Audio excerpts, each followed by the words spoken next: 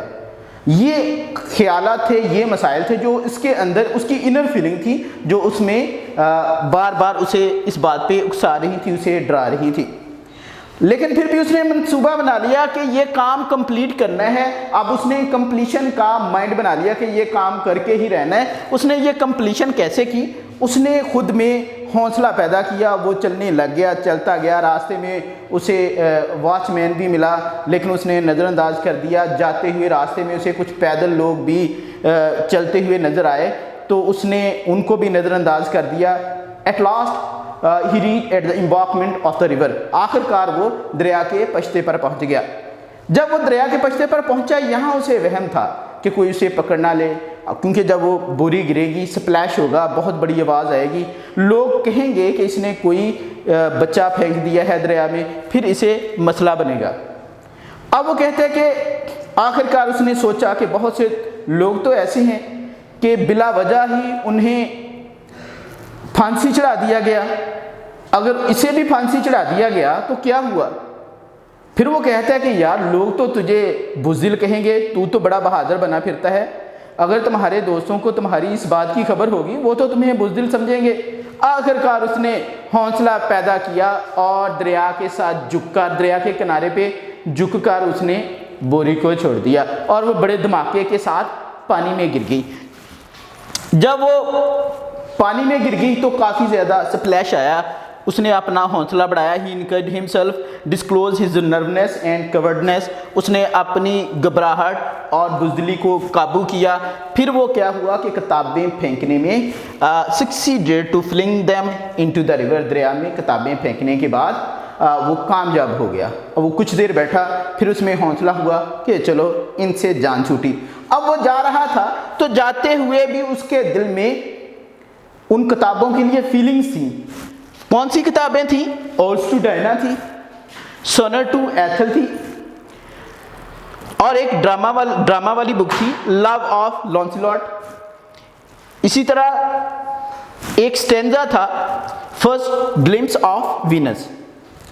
تو یہ ایسی کتابیں تھیں جن کے بارے میں وہ افسوس کر رہا تھا کہ ان کتابوں کا تو کوئی قصور ہی نہیں تھا، انہیں ایسے ہی دریا میں پھینک دیا گیا۔ اب رائٹر کہتا ہے کہ اوڈس، یہ ہمارا ریلیٹڈ ٹاپک سے ریلیٹ تھوڑی سی اس کے بارے میں آپ کو انفارمیشن دیتا ہوں۔ اور جب ہم اوڈس کی بات کریں گے تو یہ لیرک پوئمز ہوتی ہیں، اور لیرک پوئم جو ہوتی ہیں فار اے اسپیسیفک آبجیکٹ، یعنی اوڈس کیا ہوتی ہیں؟ یہ لیرک پوئمز ہوتی ہیں اور اسپیسیفک فار آبجیکٹ ہوتی ہیں، یہ کسی خاص آبجیکٹ کے لیے لکھی جاتی ہیں۔ اور اس کا جو ذکر ہے انگلش لٹریچر میں ہمیں ماسٹر لیول پہ ملتا ہے۔ اگر ہم پارٹ 2 انگلش پارٹ 2 میں جائیں تو ہمیں رومانٹک پوئٹری میں ولیم بلیک ملتے ہیں، ولیم کالنگ ہے، اور ان کی مختلف قسم کی ہمیں اوڈز ملتی ہیں، جسٹ لائک ولیم بلیک کی ہے اور ٹو اے نائٹنگیل، اور ٹو آٹمن، اور اسی طرح یہ کالنگ وڈ کی ہے اور ٹو سمپلسٹی۔ پھر ہم بات کرتے ہیں، دوسرا ہم نے ورڈ سنا ہے اس میں سونیٹ۔ اب سونیٹ کیا ہوتے ہیں؟ Sonnet is also form of a poetry, اور اس سونیٹ میں رائٹر اسٹرکٹلی سختی کے ساتھ کسی ٹاپک کے بارے میں ایکسپلین کرتے ہیں۔ سونیٹ میں رائٹر سختی کے ساتھ بولتے ہیں، سخت لینگویج استعمال کرتا ہے۔ تو سونیٹ یہ ایک قدیم فارم ہے پوئٹری لکھنے کی۔ اس کی سونیٹ کس طرح سے لکھی جاتی ہے؟ Sonnet first of all 14 lines پر مشتمل ہوتی ہے۔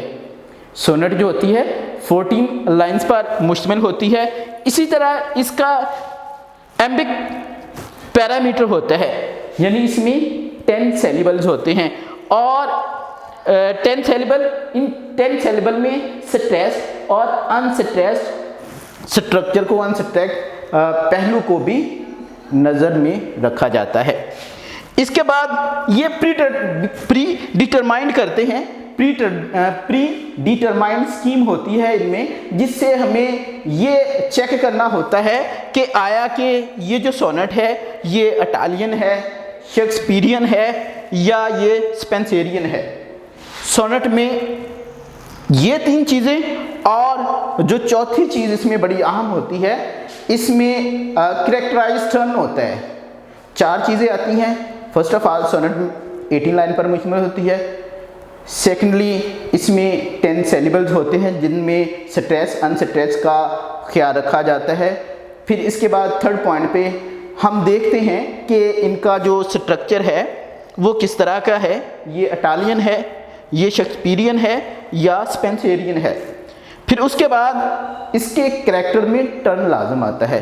اور اس طرح اگر ہم شیکسپیئر کی سونٹس دیکھیں تو nativity once in the man of life, پھر اس میں سیکنڈ سونٹ میں کہتا ہے pressing the worth despite his cruel hand. تو اس طرح یہ سونٹ یہ تھوڑا سا جاننے کے لیے تھا۔